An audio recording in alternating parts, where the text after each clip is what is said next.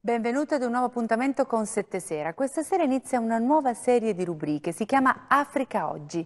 Guarderemo il continente africano con occhi diversi, con gli occhi delle persone che vengono dall'Africa e che vivono in Italia, oppure che vivono in Africa e che hanno rapporti con il nostro paese, oppure ancora che semplicemente vogliono saperne di più di un continente che sta cambiando rapidamente, molto spesso noi non lo sappiamo. Quest'oggi cominciamo parlando dell'Eritrea. Andiamo a conoscere i nostri ospiti e poi vedremo un video che ci introduce questo paese che è molto bello e che ha qualche difficoltà ancora. Allora, Dere Saraya ha la doppia nazionalità italiana ed eritrea, ma lavora in Italia. Buonasera a lei. Buonasera. Buonasera. Grazie a Riccardo Marioni, direttore Umbria TV. Buonasera. Ciao, buonasera, grazie.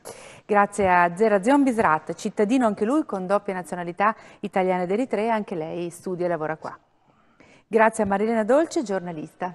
Buonasera, grazie Buonasera. a te. Allora, i due giornalisti italiani si sono recati in Eritrea e hanno realizzato questo video. Vediamolo.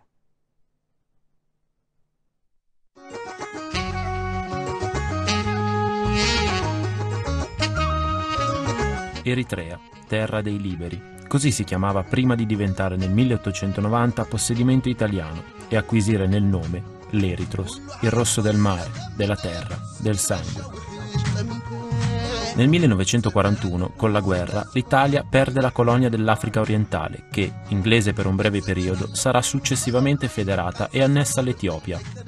L'Eritrea raggiungerà l'indipendenza il 24 maggio 1993, dopo 30 anni di lotta con Isaias Afwerki, presidente del nuovo Stato. Gli anni di tranquillità però durano poco. Nel 1998 scoppia un nuovo conflitto. L'Etiopia occupa Badmè, un villaggio eritreo sul confine. Nel 2002 gli accordi di Algeri, voluti dall'ONU e dall'Unione Europea, definitivi e vincolanti, stabiliscono che l'Etiopia deve lasciare quel territorio, ma nessuno fa rispettare la decisione e l'Eritrea piomba in una difficile situazione di instabilità, di non pace e non guerra. The United States is pleased with the adoption today of Resolution 2023, imposing additional sanctions on Eritrea for its failure. Dal 2009 le sanzioni stabilite dalle Nazioni Unite che accusano l'Eritrea di aiutare i fondamentalisti somali bloccano l'economia e lo sviluppo del paese. La generazione nata negli anni 90, cresciuta in uno stato libero nel quale si raggiungeranno gli obiettivi del millennio, dove c'è sicurezza alimentare, scuola gratuita, ospedali, medicine, fatica a sopportare la differenza con l'Occidente, quello conosciuto attraverso la televisione o le parole di chi là vive. Ma da cosa scappano questi ragazzi che hanno trovato la morte nel mare davanti a Lampedusa? Sicuramente dalla difficoltà di vivere nella situazione di non pace e non guerra, dalla necessità di spezzare un lungo servizio militare e dalla difficoltà di trovare un buon lavoro. La comunità internazionale non potrà più ignorare questa situazione, dice durante l'intervista la sorella di una vittima. Allora, abbiamo visto questo quadro di questo paese che in realtà ha tante difficoltà ma è anche molto bello. Qual è la tua impressione? Beh, intanto la storia di una colonia certo. dell'ex impero ci conduce ad un territorio che riporta a tanta Italia di allora.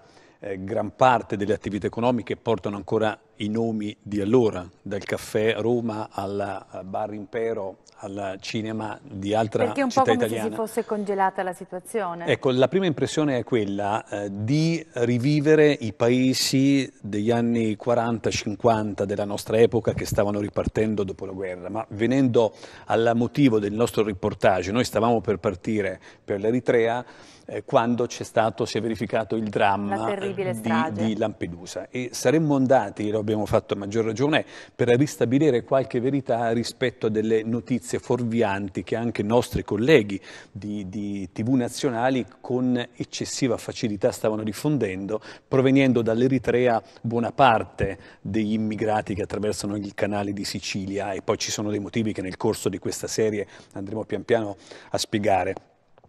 Grande povertà da un lato e dittatura dall'altro, feroce, qualcuno dei nostri colleghi ha avuto modo di dire in programmi importanti. Siamo andati a vedere per capire se c'è davvero dittatura e abbiamo fatto quello che un giornalista deve fare onestamente per capire la realtà di un paese. Ci siamo immersi confondendoci tra la gente nella loro vita quotidiana, cercando di capire se ci fosse o meno uno stato di polizia, e così non è.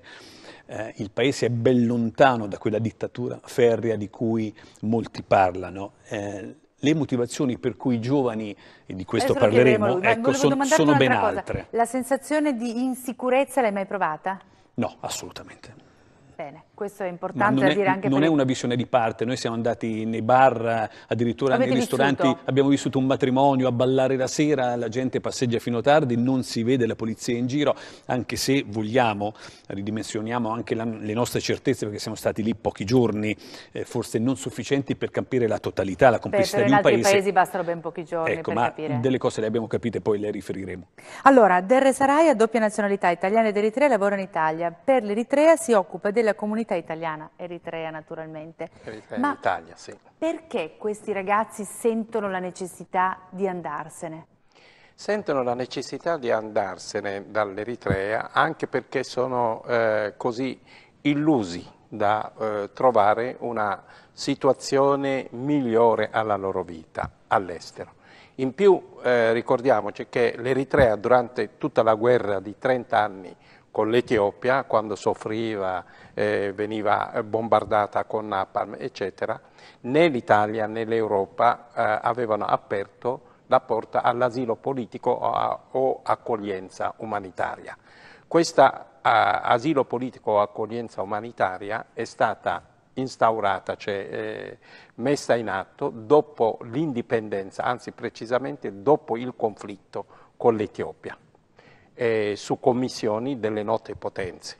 La guerra è finita, il tribunale internazionale istituito dall'ONU e dalle parti garanti ha dato il suo verdetto. Purtroppo ancora il verdetto non è stato attuato perché si vuole ingessare economicamente l'Eritrea e metterla sempre in stato di difesa.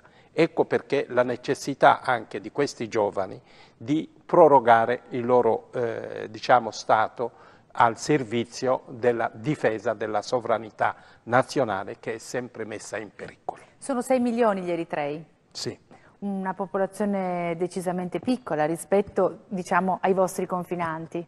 Esatto, perché l'Etiopia è di 80 milioni di abitanti. Purtroppo, anche se è piccola, l'Eritrea ha dimostrato negli 7-8 anni di indipendenza dal 1991 al 1998, senza chiedere in prestiti dal Fondo monetario, dalle banche internazionali o dalle banche mondiali, di una crescita dell'8%. Quindi inaspettatamente è piovuta questa guerra, è venuta fuori questa guerra con i nostri vicini, ma come l'ho detto, commissionata perché c'è interesse. Oggi la crescita non può esserci. Esatto. Ora, però basterebbe, diciamo, liberarla. Esatto, con questa situazione l'Eritrea ancora sta combattendo anche delle guerre, diciamo, mediatiche che vengono diffuse in maniera non corretta. Io ringrazio i 2 giornalisti davvero che sono andati in Eritrea e invito altri giornalisti che, se vogliono la verità, devono andare lì e